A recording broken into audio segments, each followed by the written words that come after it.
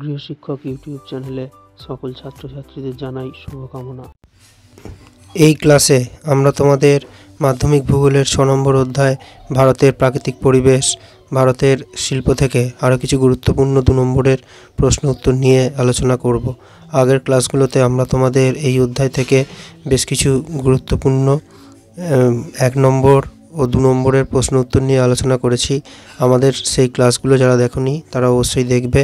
আর এছাড়া তোমরা আমাদের চ্যানেলে ভারতের কৃষি থেকে 1 নম্বর, 2 নম্বর ও 3 নম্বর ও 5 নম্বরের প্রশ্ন উত্তর নিয়ে আমাদের বেশ কিছু ক্লাস আছে, সেই ক্লাসগুলো তোমরা দেখতে পাবে।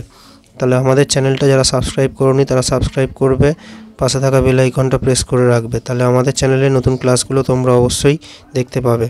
আজ আমাদের আলোচনার প্রথম প্রশ্ন, লৌহ ইস্পাত শিল্পের কাঁচামালগুলো কী কী। তাহলে এখানে লৌহ ইস্পাত শিল্পের কাঁচামাল যদি পরীক্ষায় দেয় এরকম, তাহলে উত্তরটা কীরকম লিখবে। তাহলে প্রধান কাঁচামাল যেটা, সেটা আগে লিখতে হবে যে আকরিক লোহা।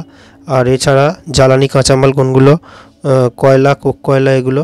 আর হচ্ছে যে আরেকটা থাকে সেটা হচ্ছে পরিশোধক কাঁচামাল, যেটা এটাকে পরিশোধন করতে সাহায্য করে, সেটা হচ্ছে চুনাপাথর, ডলোমাইট। আর সংকর কাঁচামাল ম্যাঙ্গানিজ, নিকেল এগুলো।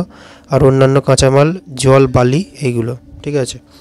আচ্ছা, এরপরের প্রশ্ন যেটা, সেটা হচ্ছে যে উদীয়মান শিল্প কী। এটা একটা শর্ট কোশ্চেনে থাকে, কিন্তু এটা 2 নম্বরের প্রশ্নের মতো থাকতে পারে। ঠিক আছে। তাহলে কাকে বলা হয় এটা, পেট্রোরসায়ন শিল্পকে। কেন বলা হয়, কারণ এটা 1966 সালে এই পেট্রোরসায়ন শিল্প প্রথম শুরু হয়েছিল কোথায়, মহারাষ্ট্রে। আর এই শিল্পের ওপর ভিত্তি করে এই শিল্পকে কেন্দ্র করে কি হয়, আরও অনেক ছোট ছোট শিল্পের অনুসারী শিল্প যেগুলো, সেগুলো বিকাশ হয়, মানুষের কর্মসংস্থান বাড়ে। আর কি হয়, আর হচ্ছে যে নাগরিক পরিষেবা, অর্থনৈতিক অবস্থা, মানুষের অবস্থা আর অর্থনৈতিক মানুষের যেরকম টাকা পয়সা আগে থাকতো তার থেকে এখন মানুষের ইনকামটা বা রোজগারটা অনেক বেশি হয়। ঠিক আছে। তাই পেট্রোরসায়ন শিল্পের গুরুত্বকে উদীয়মান সূর্যের সঙ্গে একটা তুলনা করে কি বলা হয়, যে সূর্য যেমন চারদিকটাকে আলো ছড়িয়ে দেয় চারদিকে, সেরকমই পেট্রোরসায়ন শিল্পটাও এর চারপাশে অনেক উন্নতি হয়, পেট্রোরসায়ন শিল্পের চারপাশে।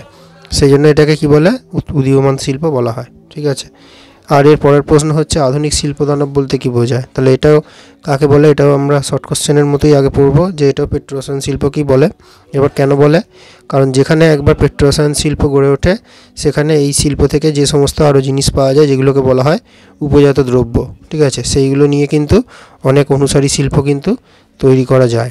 ঠিক আছে। ফলে এই সমস্ত শিল্পকে কেন্দ্র করে একটা বড় দানবের মতো একটা বিরাট শিল্প অঞ্চল তৈরি হয়, যেন মনে হয় যে দানবের মতো। ঠিক আছে। তাই এটাকে কি বলে, সেই জন্য এই পেট্রোরসায়ন শিল্পকেই আধুনিক শিল্পদানব বলা হয়। ঠিক আছে। আমাদের ক্লাস কেমন লাগছে সেটা তোমরা কমেন্ট করে অবশ্যই জানাবে। আর আমাদের এই ক্লাসগুলো তোমরা অবশ্যই বন্ধুদের মধ্যে শেয়ার করবে। ঠিক আছে। আর যাদের ভূগোল ভালোভাবে তৈরি করতে পারছো না, তারা কিন্তু আগে আমাদের এই চ্যানেলে আমরা তো এই অধ্যায় থেকে কিছু শর্ট কোশ্চেন করিয়েছি, 1 নম্বরের প্রশ্ন, সেইগুলো তোমরা আগে খুব ভালোভাবে তৈরি করে নেবে।